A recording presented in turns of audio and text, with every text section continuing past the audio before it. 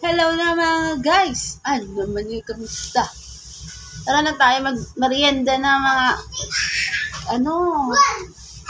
kachika. Tayo mga kachika tayo merienda. Okay to guys, mainit na. Ay kahapon nagpunta ako diba sa punta ako paghapon sa kay Papa Jesus na bahay sa Kalamba. Yun. Ay umulan dahil Diyos mo. Daig pa ang makapag-misa ng misa, makapag-simba-simba kay naulan. Hello ka. Ay, busy-busy pa ako ngayon kay kakaantay ng ko yung gamot. Kay kaninang umaga na double check ko dun sa kapatid ko. Nakabibili ng gamot kay wala na. Yung iba tapos na, bukas wala iinumin. Tapos yung iba ngayong gabi last, then bukas wala na. Yung iba naman wala na yun, last na yun ngayon, bukas iinumin dapat. Dahil mahirap ang may gamot. Masipag din naman yung nagbibili ng gamot kay sila ang nag-aano kay wala akong pambili. Ako lang kay ayoko na mag-inom ng gamot, day. Hello ka, day. Pwede nga lang din na lang mag-inom.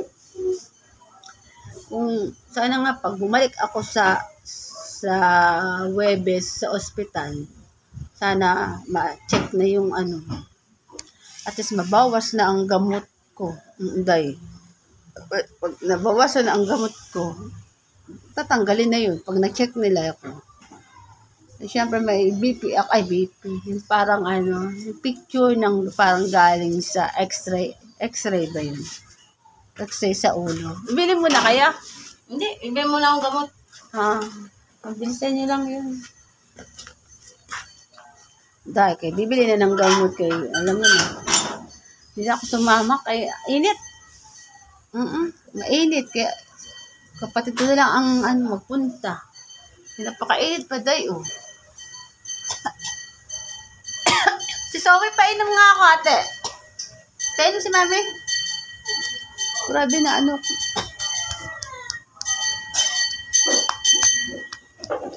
Sophie, painom. Mami. Dali ko ang tubig si mami. Asan na yung water?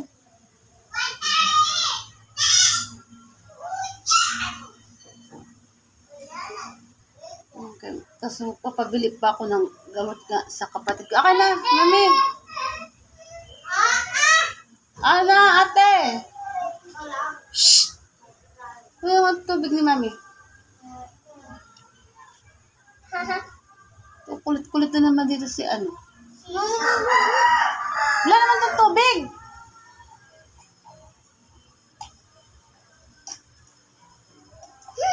Say mo, no?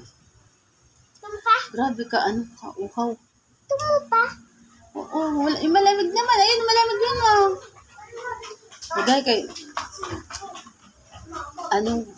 kaya nga, yung kapatid ko ang bibili ng gamot ngayon. Hindi na ako sumama kaya napakainit. Naman naman, mabipit tayo. Kagabi pa naman ay banda pa naman tawag doon yung mga ilaw-ilawan, yung ilaw-ilaw. Oo, ganda rin. Ay naku, haloka. Sorry, ang dami nagpasukan ngayon sa trabaho kasi ang oras sa Shopee kasi mga doon may maaga ang pasok doon. Kunyari, alas 6 ang pasok mo doon. Minsan, ang mga aga nila doon ay mga alas 4. Bago alas 4, andun na sila. Kasi nga may oras. Wait lang, day. Doon na.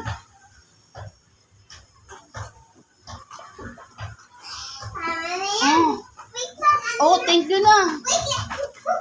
Thank you na nga ng tubig. May kausap ako sa follower. Hawak at nabasag. Yun. Sa Shopee pala, simulat sa phone namin noon, pag nagpasok-pasok doon, kunyari alas 6 ang pasok mo, alas 4, kapila na kayo sa labas ng gate. Tapos bago mag alas 5, nagpapasok sila doon. Minsan naman, mura pang alas 5 na na sila pasok sa gate. Pakahigpit doon. Tapos, papasok kayo sa loob ng production, napakaaga. Wala pang alas 5 sa production, hindi pa yun kumpleto. Kasi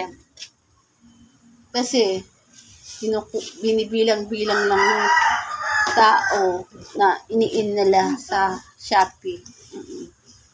Pero ilang agency yun, ilang anniversary. Ay, dapat si Mami. Ang dami dong mga, wala na naman.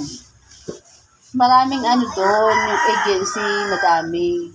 Kaya maraming bawat agency, nahati-hati kung ilan lang ang pwedeng kasya sa tao, pwedeng ipasok.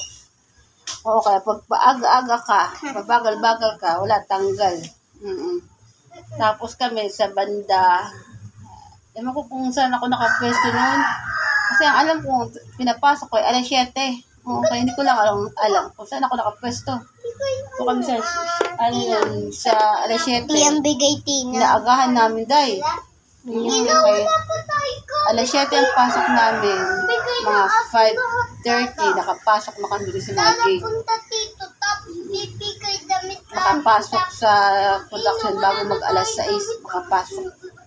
Kaya kailangan ma-in ka ng mga guard. Hindi guard, ng mga HR doon. Kasi pag nakita ka na kulang mahina ka magpag-in, wala. Sahan mo na yun, kaya tanggal ka na, umuwi ka na lang. Ganun. Kalokot talaga. Ang trabaho noon. Naswerte lang ako doon. Ilang kami doon na nagkaroon kami ng ID. Na pwede kami kahit late kami pumasok, kahit pumasok, pasok pa rin kami. Kasi parang kumbaga sa parang regular ka. Nakakatuwa doon dahil. Kaya makakaalala. Sayang lang at hindi ko na nakabalik. Gusto ko nang bumalik din. Kaya gusto kong bumalik doon sa company. Alam mo naman, sanay kong lagi magtrabaho. Kaya sana nga makabalik ako. Ako sa gamot ko. Naging okay ako sa gamot ko. Yun, sakali. Next year, baka makapag-balik akong trabaho. Kasi gusto ko na magka-work. Kasi dati, pag may work ako noon, lang ko itong binibigyan ng baon. Hindi ka lala. Kasi, dati sa Shopee mo, kunyari, di ba ngayon, uno. Ay, kunyari, alas 2, December 12. Month ng 12 yun. Yung date nila, maging 12 din. Kaya, 12. O, ganun lang, dapat pareho lagi. 12, o kaya 11. Merong pera dun. Sa araw, may piso ka. Kaya meron kang 3 days, makakapag 300 pesos ka. Dami ko sana talaga doon dati. Dahil si Baby Zoe po, lagi nakakapera doon. Pero iniipon niya, hindi niya inaano. Iniipon niya talaga. Nakakaipon siya dati ng pera. Diba ko ba, nagising lang ako pag kagaling ko. Hindi ko malaman kung nasa na yung pera niya. Kala ko nag-aano siya. Sana napunta yung pera mo. Di ba may mga allowance ka? Wala pa akong work. No. Wala na akong trabaho. Kasi wala na rin siyang allowance. Wala siyang mga budget. Yung iniipon niya iniipon niya dun sa guide. Sa nakatago sa kanya. Pera? Wala dati. Medyo late pag-late due ang aking tawag doon, pag medyo late yung aking sahod na, inuutangan ko siya. Inuutang ko sa kanya yung mga niya. 200 pesos. Pag sahod ko, ang bayad ko, 300 ang bayad. May 100 ang taya. Ay, oo, kaya naging 300 ang niya. Magaling tong magpautang pero 100 ang bayan. Kaloka naman eh. Ano? Diyos me. Mag-merienda na tayo guys. Mag-merienda na tayo. Kaya mag-merienda muna kami doon ha. Ha? Bibili kami dun sa labas. Mainit na kapal. Tama ka din. Oo. Yay! Mainit Tama na ka. tinapay. Bye-bye. Sama ka ulit. Oh. Tapos na naman.